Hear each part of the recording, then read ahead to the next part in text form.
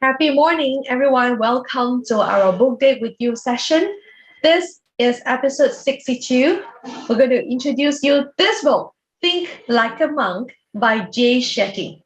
So before we start the session, let me introduce to you who is Jay Shetty first.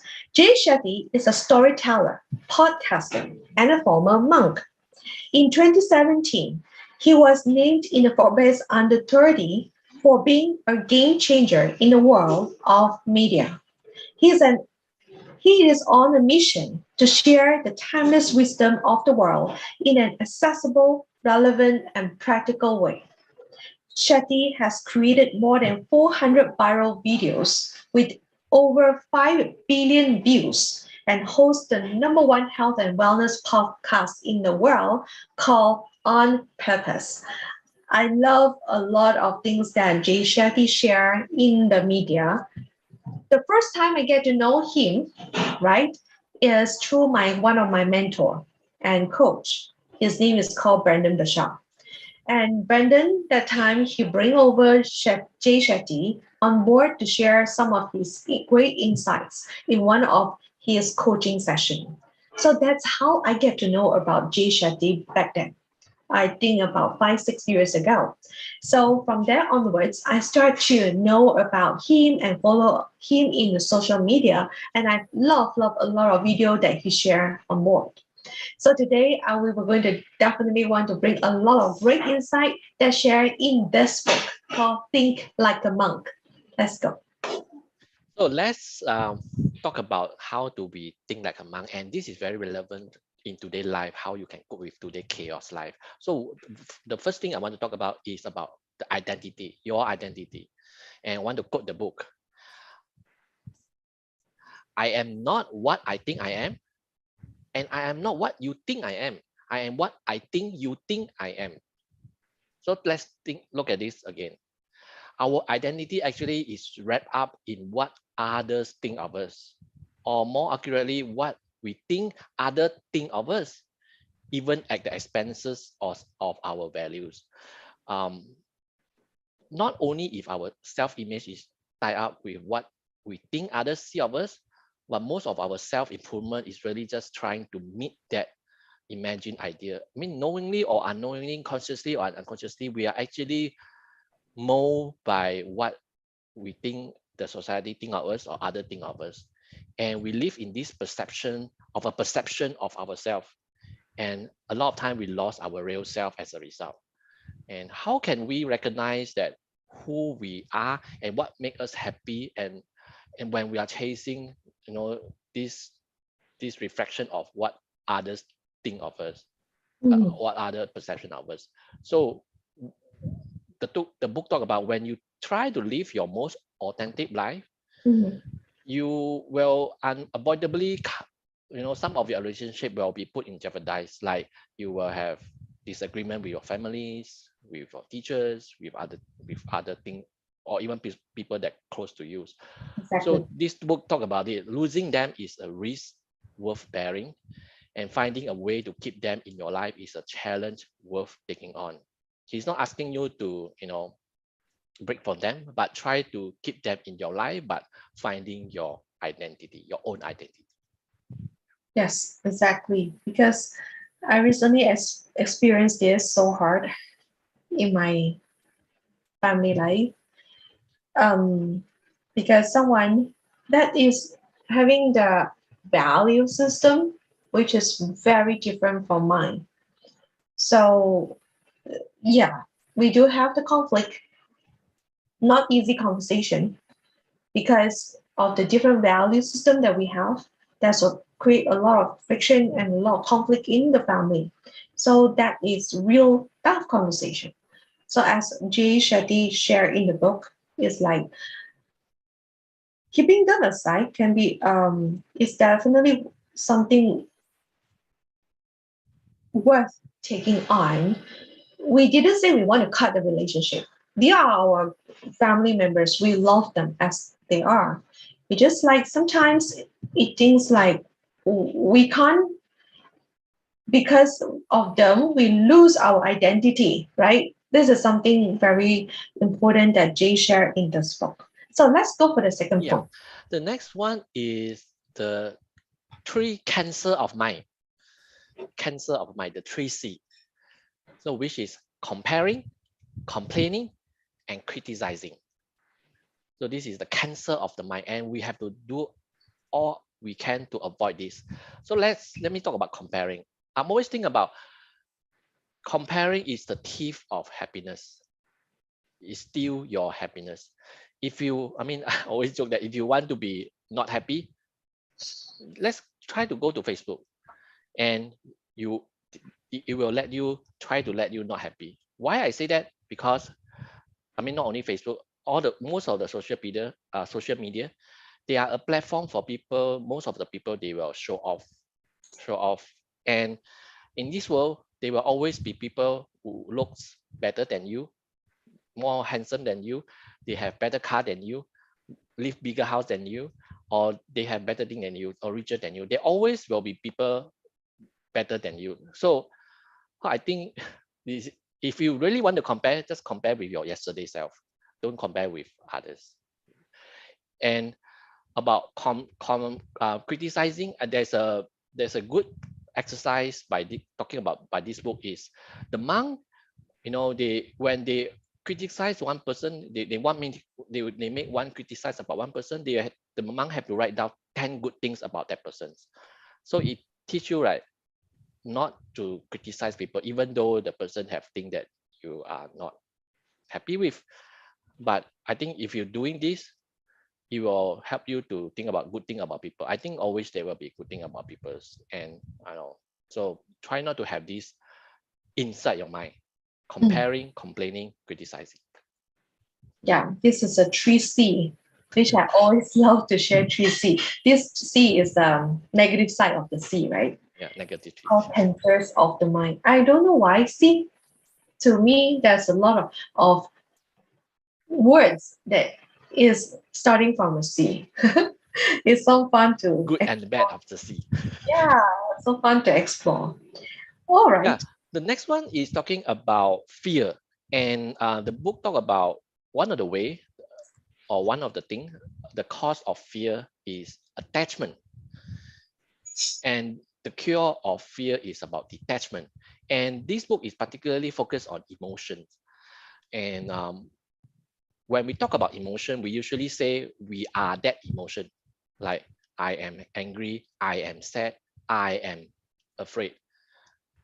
But taking out fear, when you're taking out the fear, it will separate you from the emotion and help you understand that fear is not us, angry is not us. It's just something we are experiencing. Okay, so it's like your mind, you are not that person, not that thing, not that emotion. So just trying shifting from I am angry to I feel angry, I feel sad, I feel afraid. Just adding one simple word, a simple change, it will actually profoundly change how you put your emotion in the right place. You can try to do that. Yeah. Yes, this is like from the attachment, we detach ourselves. Yeah. Because from I add on a little bit, Gideon, from here. Yes, a lot of time we thought that the negative emotions is not good. We are human beings. We all have these negative emotions. For example, like angry, frustration, sad. It's okay for us to experience it. The point here is how long do you allow yourself to stay in the negative state of the emotion? That will determine how you respond to the next actions. So sometimes, yes, we feel sad, but how long do you allow yourself to be in the sad? Every single one of us are unique and special. We can find our own pace to come out from the other end. So detach ourselves from the meaning that we give to this feeling. That is another point that we can add on to this side.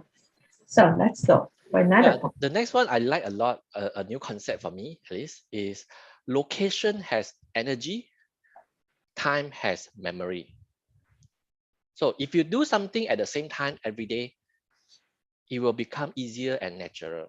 And if you do something in the same place every day, it will become easier and natural. I don't know whether you have this feeling or not, Yeah. because yeah, every location actually give you a different feeling, and your dharma actually thrive on it. Dharma is your duty in this world. So the more you have a personal space and devoted to a single function or purpose, it will better serve you.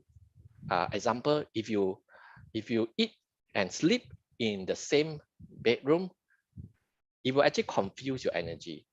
So your location and your sense actually speak to each others. So doing the same thing every time, every day, and the same place, it will actually increase your energy and your skills. And I know that in Asia country, we may not have this luxury of a lot of space. So try to have like one section of your room for a particular thing. Like for me, maybe I cannot occupy the whole reading room, but at least this table is for me to work, only for work, not for me to have a meal, have a dinner on this the same table. Yeah, and I see a lot of people like they mix living room with their dinner time, because they look at the TV while having meal. So Yeah. I think this will also confuse your energy. Yeah. One thing I experienced myself is the time has memory. Mm, It's exactly it's like what time you do what. yeah. If you the time actually have the memory. Let's say I am four okay 4:15 is my time to exercise. So this has been the time that is having the memory. Once about 4:50, my whole body is ready to go for exercise.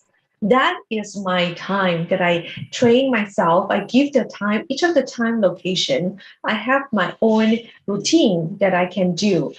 Then I know that not every one of us have the privilege of doing everything at the same time, including myself. Sometimes have emergency that pop up.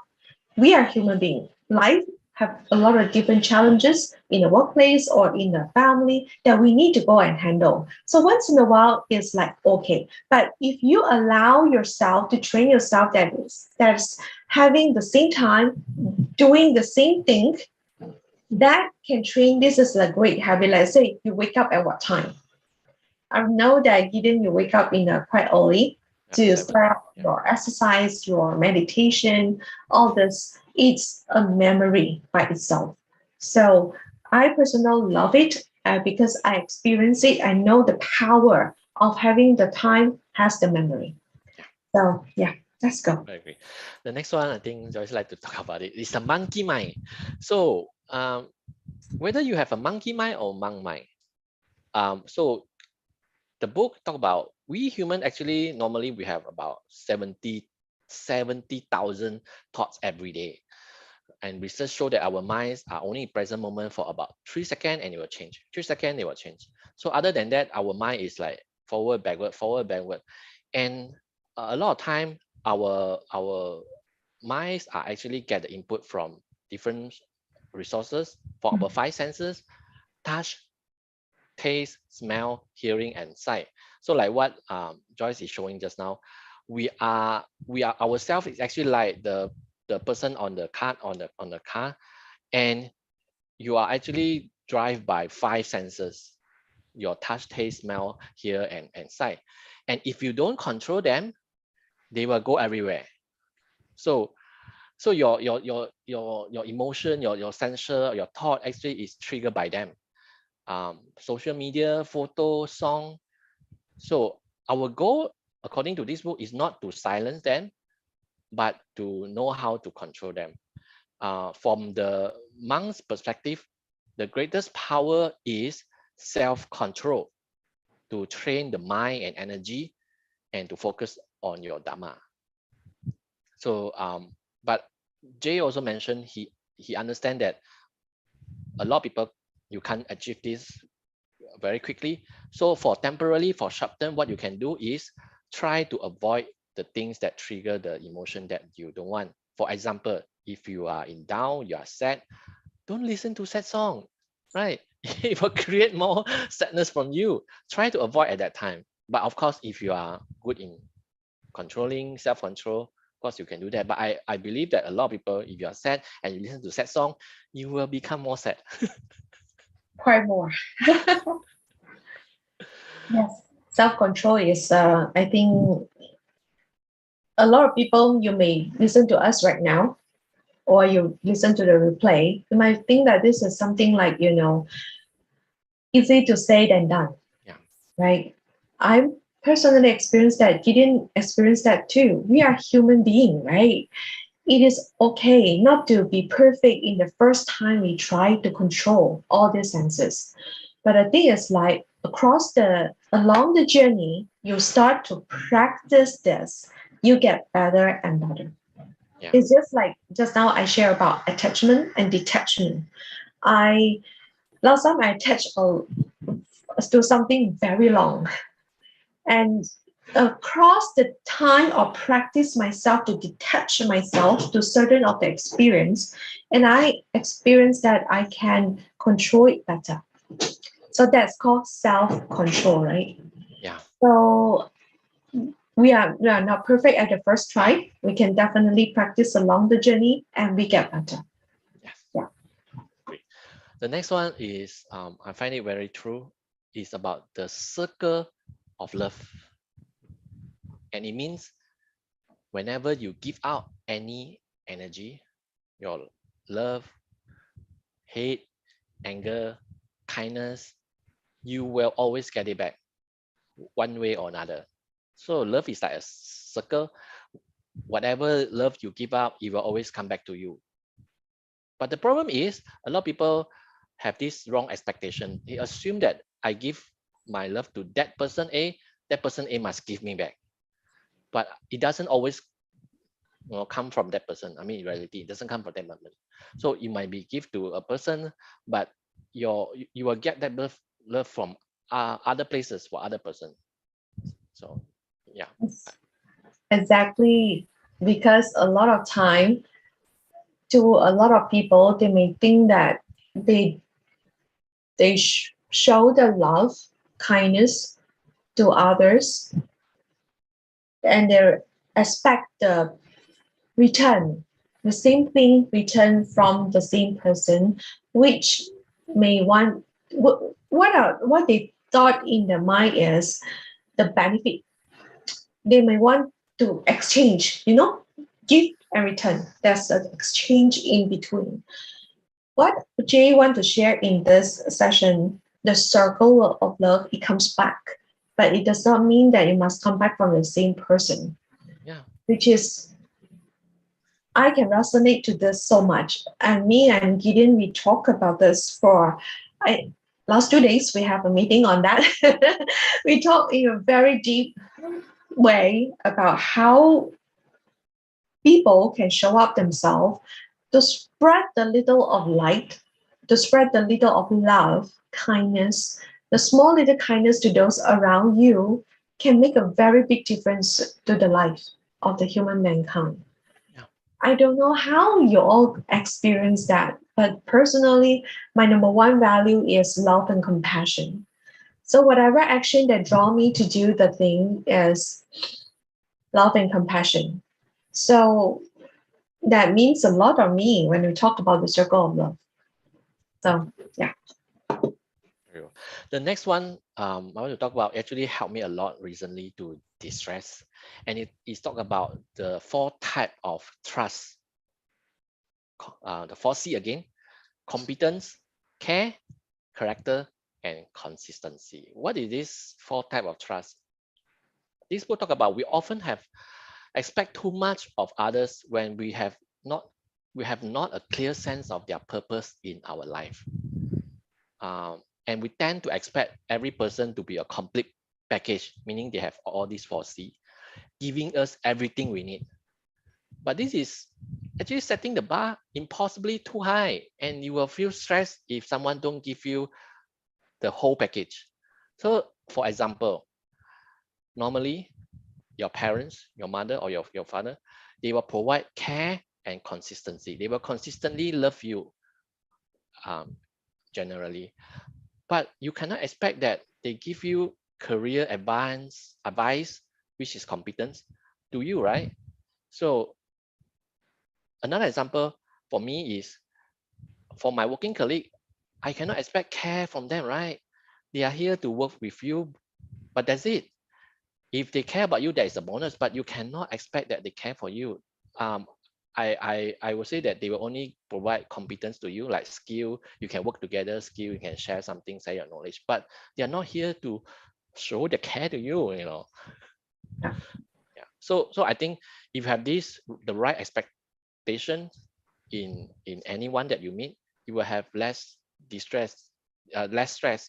You will have lower disappointment in people. Yeah. The keywords is actually expectation, right? Expectation, yes. Sometimes we get so disappointed because we have certain expectation towards someone or certain situation, how it can turn out to be.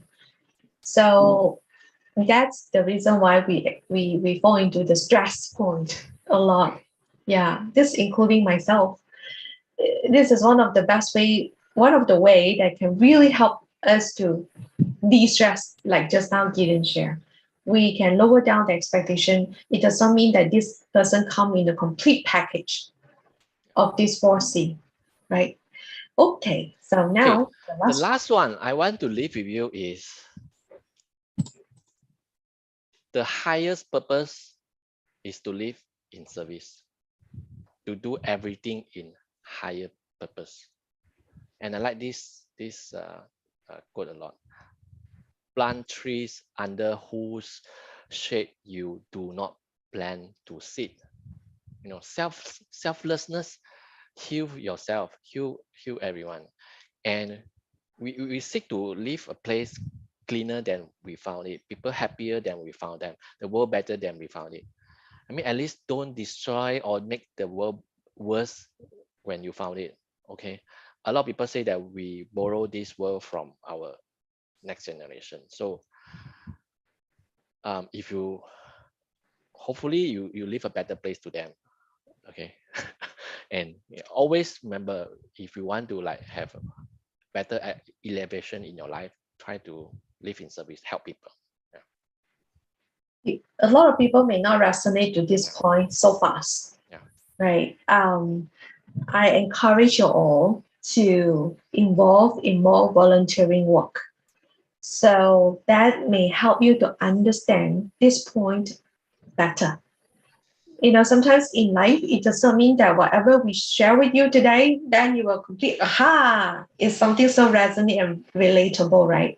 It can take some time you may need some experience to internalize and also sit and think about it and do some simple actions that can really help you to understand and resonate this point better. So definitely so great that Jay Shetty bring this book to the world, and definitely this is not a teen book. It is quite a thick one. So I thank you for whatever he shared to the world, and thank you also Gideon bringing up the point very clear and very concise and loving way. Thank you so much. And tell me, and Gideon, whatever things that you can resonate today, which point that we share with you today, which C that we share today with you can resonate with you the most. Tell us in the comment section below and see you in the next episode. Bye bye.